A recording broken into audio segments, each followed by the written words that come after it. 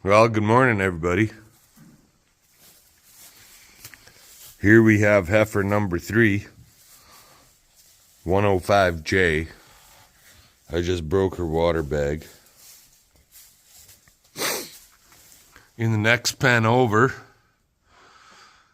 from the last cow sale we were at, we got that blonde-colored cow, or red-colored cow. She's got a green ear tag number 49. And she was acting kind of funny from yesterday. Last night when we locked cows up. So I had her initially in this pen right here where the heifer is. I just rotated them. Because this heifer, I just broke her water bag. So it's currently 4:15 a.m. and this mom was doing fine with her baby, but she's had a few babies in the past, so she's a big mama, this cow.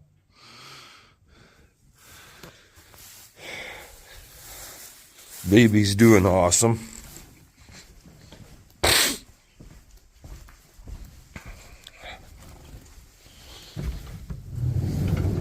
Oh, I have no idea what's going on back here, but we're gonna find out.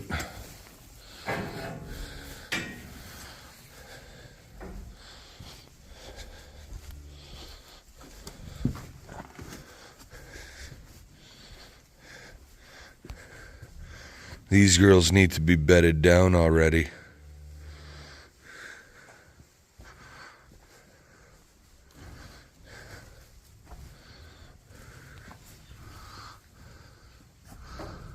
And there's not much happening back here. This 102J right here. Either she's got one fuck of a big baby in her, or she's got twins by the size of her belly.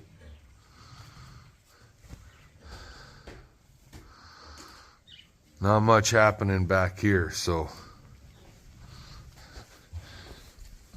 we'll give that heifer another hour or so, and if she ain't all done calving, we'll be going in to give her a hand.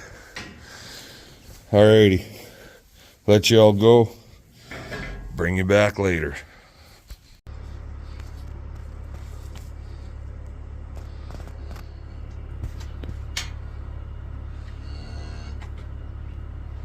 He's on her.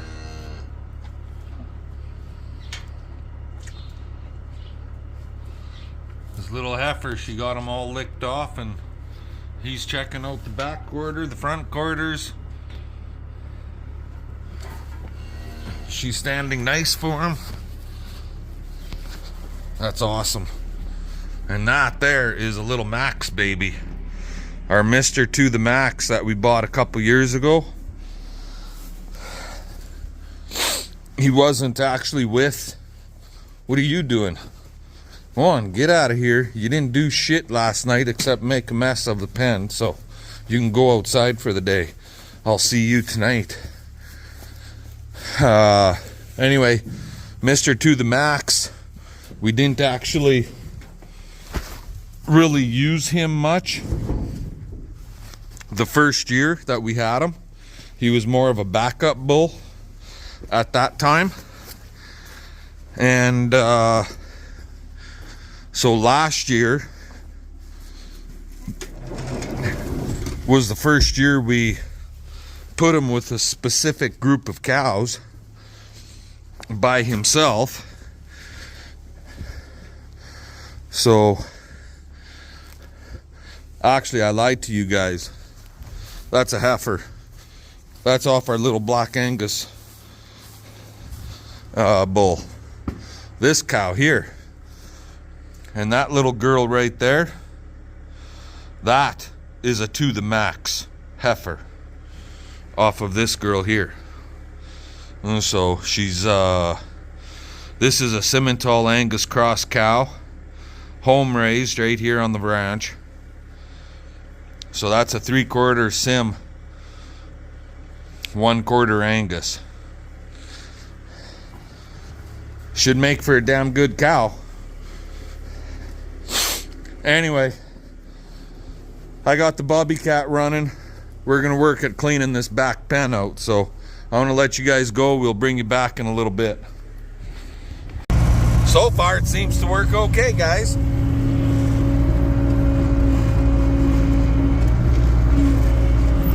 It does stick out. This is that demolition grapple that we bought with the intent of using it as a manure grapple. Well, I'm using it to clean up this pen, and it seems to be working okay. At least on this stuff.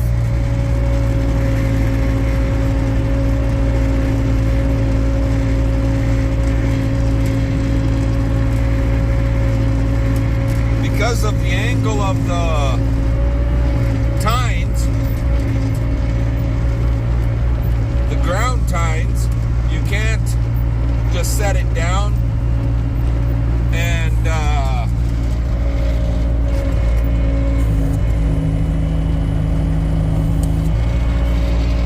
you can't just set it down and push. You got to have it tilted quite a bit too.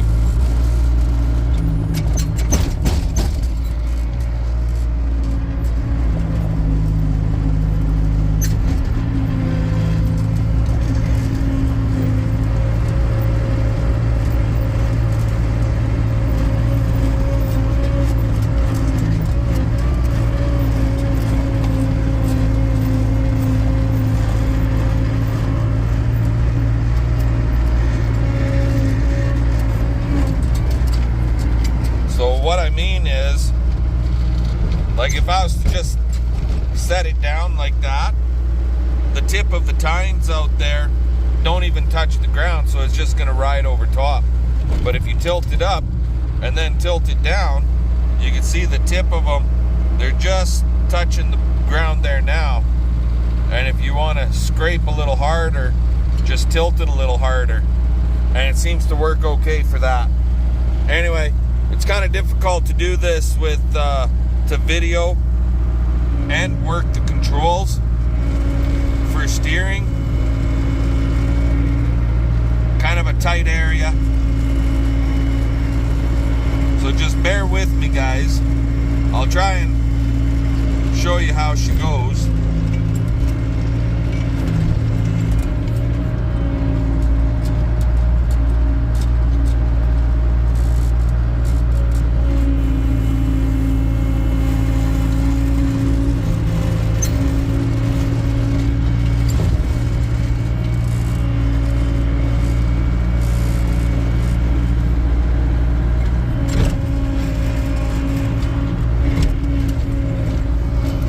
Come into your pile after you have a little bit of a pile, like we got a pile in front of us right now, to grab a deeper grab. What I learned from using it here today, and it doesn't take very long to learn how to use her. Tilt it quite a bit, get over top the pile, and then hit your grapple so that you can really fill your grapple up and grab a big load. Something like a so. So yeah, it's working for us. So I'm gonna continue on a few more minutes here. I'll be done. So talk to you guys later. Alrighty. Well, I never got the roof screwed down yesterday. Didn't really do much videoing even yesterday. CP and I ended up going to the city for a big ass load of groceries, and she picked up a new washer and dryer. So by the time we got done choring and got to the city and then got home, oh Christ, it was 5 o'clock. It was time to start choring again. Anyway, the roof is all screwed down now. So we used basically damaged metal up here. You can see some of it's rusting. I got this stuff at a hell of a reduced cost years and years ago. Some of it's on the walls. If you look close, you can see little speckles. Well, that's rust speckles. These were the ones that were really bad. But what I'm trying to say here is this is how I put metal cladding on, guys. So all metal cladding will have a short edge and a long edge. At least that's what I call it. I don't know if that's the right terminology. So if you look right here, see that right there, that little line right there? This little line right here, that's the short edge. Over here, see that? There's a little bit of a lip right there. That's the long edge. So when you're installing metal cladding, now some guys I'm sure will say, Brennan, you're doing it wrong, but my shop was built up here by so-called professionals. Short edge overlaps long edge. Now in our case, and you're not supposed to run the screw through the top like I did right there, but this was damaged and it was up high, so I ran a screw through there. Another one over there. So just to hold it down, because it was up high, basically it was bent a little bit, and I pushed it down so it matched the rib underneath and ran a screw through it to hold it in place. But that's how I install this stuff. Once you get rocking and rolling with her, your first sheet is the most important. Once you got it square to your building, then every sheet after that will lay down pretty much bang on. You can push it and pull it a little bit, tweak it one way or the other, but she goes together pretty quick. Like, I don't know how long it took me to screw this off. I don't know, 15 minutes or so. It took me longer to get up here than it did to do the job, actually. But with all that being said, this is done. This job is done, and we can get the heck off of this rooftop, get hooked up to her with the tractor, and get it put in the corral that it needs to go into. Oh, I gotta screw that one down. I lifted that one screw for my chalk line to hook onto. I don't know about you guys, but these chalk lines are pretty fucking cheap nowadays. This one had a better string in it, but there's no end on it. So I just tie a freaking washer on there.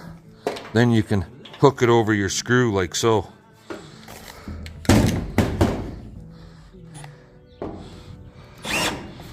There, a little bit tighter than it should be.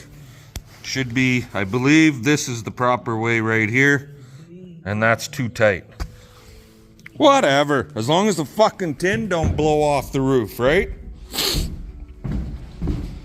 Okay, I'm gonna let you guys go, and we'll bring you back a little bit later. All done and ready to go in the corral. Sweet! Well, we got the calf shelter out here, guys.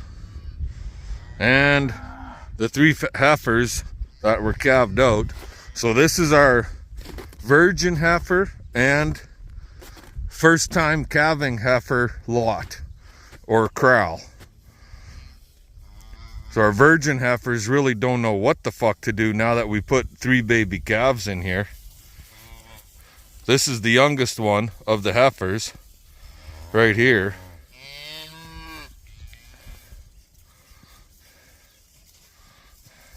And they're just following these babies like crazy. They want to play with them. I think it's like little dolls, but they move.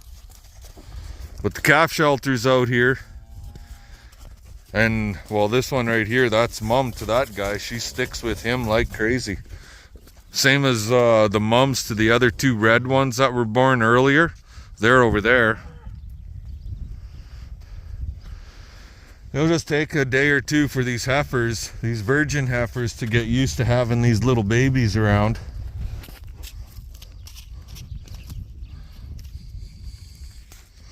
Hey, crooked face. That's her right there. Yes, I know. But we gave them extra straw, made the bedding pack area bigger, put extra straw inside that shelter. So that's a spot for the babies to go. And I'm actually thinking about getting one of these solar lights and mounting it. So the panel obviously is on the outside of the building and the light is on the inside at the far back end. And that light will cause the calves to go inside better. Biggest problem out here is we'll have to watch so that the baby calves don't get in behind that snow bank, in behind there, in between that and the slabs, and get trapped back there. So anyway, off to something different. Talk to you later. Waiting on a man. It's friggin' raining in here, guys. See? You lock the cows up at night and then it frosts up so much because there's snow on the roof too. Now in the daytime it gets warm and then it's like raining in here and it's wet as hell. See all the frost hitting the ground? There's some more. It's falling off the roof. So we're having to bed like crazy in here.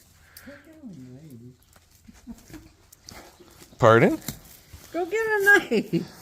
Well, you could have went and got the knife. I got the bail. I got the gates. You got the gate. One gate. Listen. Hey!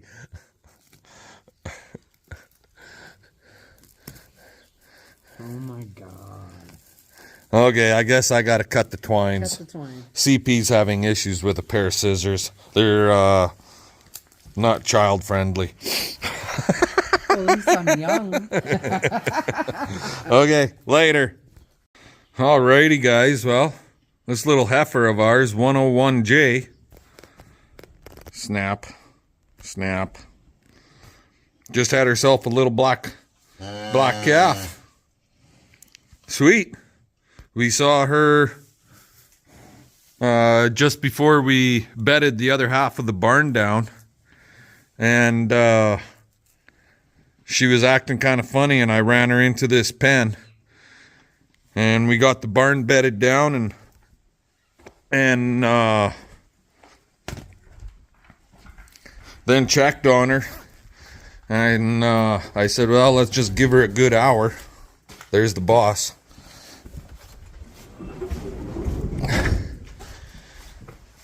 And come back here.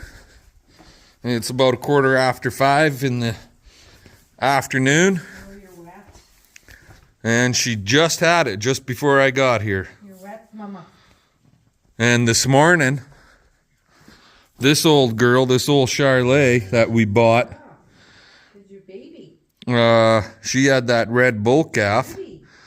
And when I checked on him at 4 o'clock in the morning, she was just standing leisurely by the slab fence. No issues. And then I came back out to check on him at, I don't know what time it was daylight. And she's still kind of standing, but not really standing, but pacing the fence, the corral. And lo and behold, her calf must have laid down along the slabs. And she, the calf was in the bullpen. But he never froze his ears or nothing, so he's doing good. So yeah, I gotta haul her a bunch of water here and give her some hay and. Put her in the head gate. He what? Please go in the head gate. Yeah, her back titties are pretty dirty.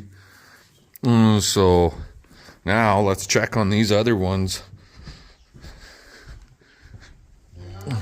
there's nothing happening out here. They were all at the feeder when I came in. So anyway, I'm gonna let you guys go. We got work to do, so we'll bring you back. If not later on today, we'll see you tomorrow.